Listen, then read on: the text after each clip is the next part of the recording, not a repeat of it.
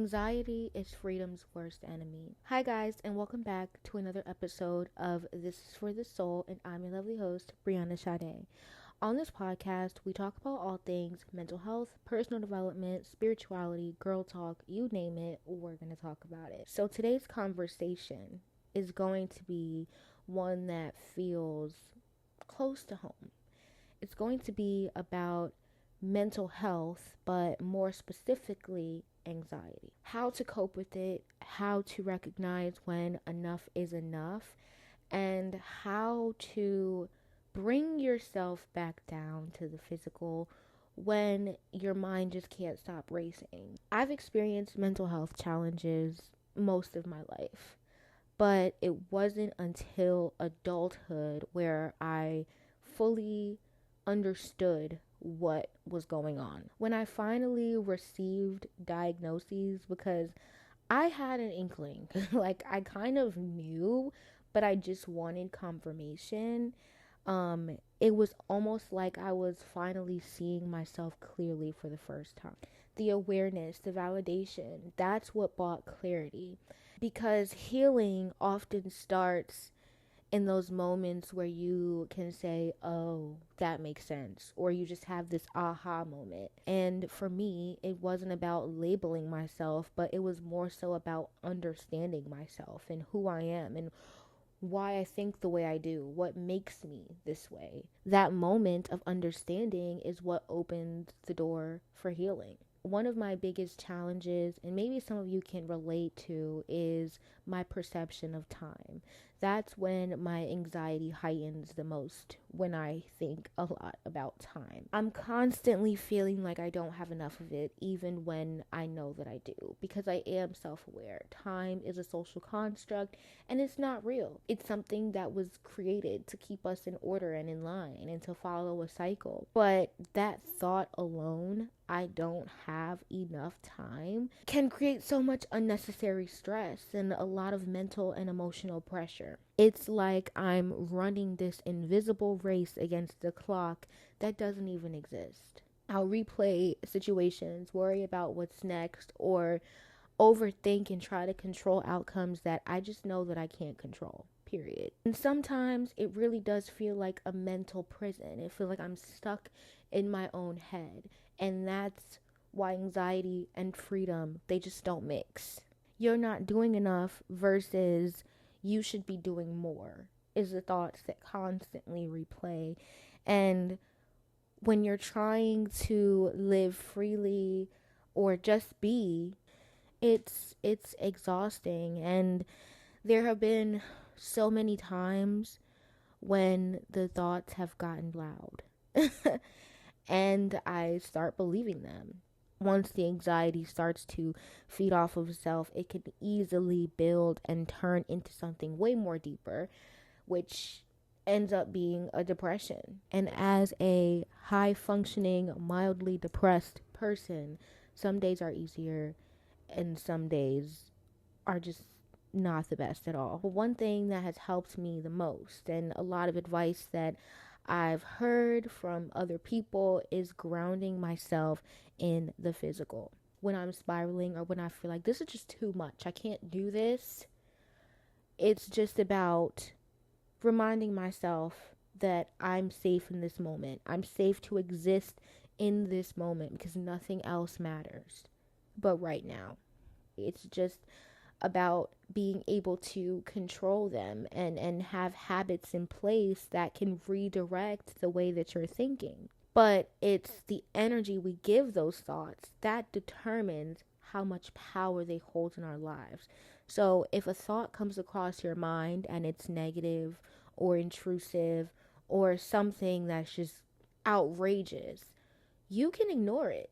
You don't have to necessarily act on that thought. You don't have to indulge in the idea of it. It can be something that floats in and floats right on out. It's easier said than done. But once you're able to do that, it frees you from a lot of that unnecessary mental chatter that we just constantly engage in every single day, especially if you're someone who has ADHD and your brain is running a mile a minute. It's not being able to let certain thoughts intercept with what we're doing or how we see things. Sometimes we become victims of our own mind because simply we believe everything that we think. But here's the truth: you are not your thoughts. Those thoughts are not facts. And they're just mental weather passing by. Look at your thoughts as clouds. Clouds pass, they come and they go. And you choose which cloud you want to indulge in. Okay, that's just the easiest way to think about it. Think of it as clouds coming in and out. And this is one other reason why people tend to struggle with meditation, because they think that to meditate, the ultimate goal is to silence your brain. And it's not so much to silence it, but it's more so about controlling what you're thinking about, bringing yourself back to the present. It's about quieting the mind, not silencing it. Awareness is the first step, and acceptance is the second. And then action, that's where the healing begins. And when I say action, I'm not necessarily saying you need to go and fix yourself, but I mean showing up differently for yourself, or figuring out ways that just make things run smoother, make things run a little bit better for you. That could be taking a deep breath instead of reacting. That could be walking away. That could be journaling something when you feel scared, or simply sitting in silence and meditating instead of scrolling on your phone trying to get a dopamine hit. There's a lot of different strategies that you can implement to help ground yourself.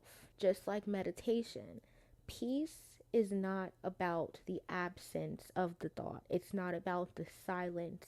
It's just being able to coexist with your thoughts without losing yourself. It's about being able to sit with your thoughts and experience them and notice them without judging yourself.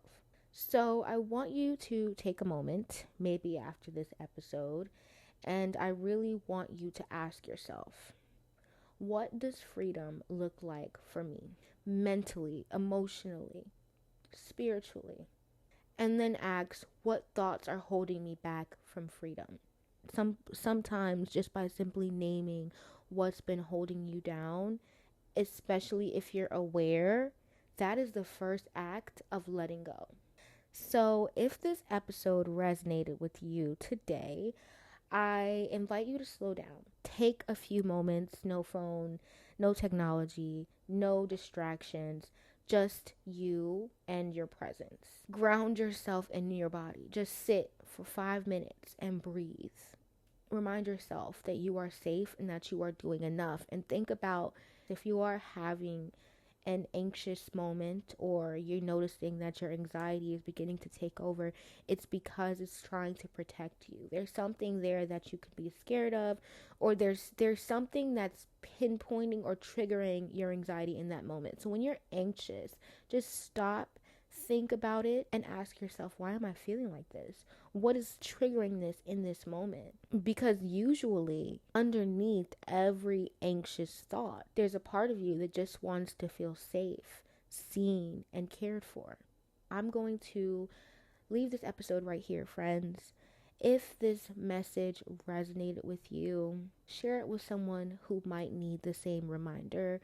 Like, comment, subscribe to the podcast, follow me on my social medias, and also check out my ebook, which will be linked down below in the Stand store. It's called The End of Starting Over, Your Guide to Healing, Growth, and Consistency. It highlights how you can redefine and change your relationship with discipline, burnout, consistency, and all that good stuff. So if that's something you're interested, link will be down below in the description. I love you guys, and I thank you so much for joining me. And I will talk to you guys again, same time, same place. Bye. Mwah.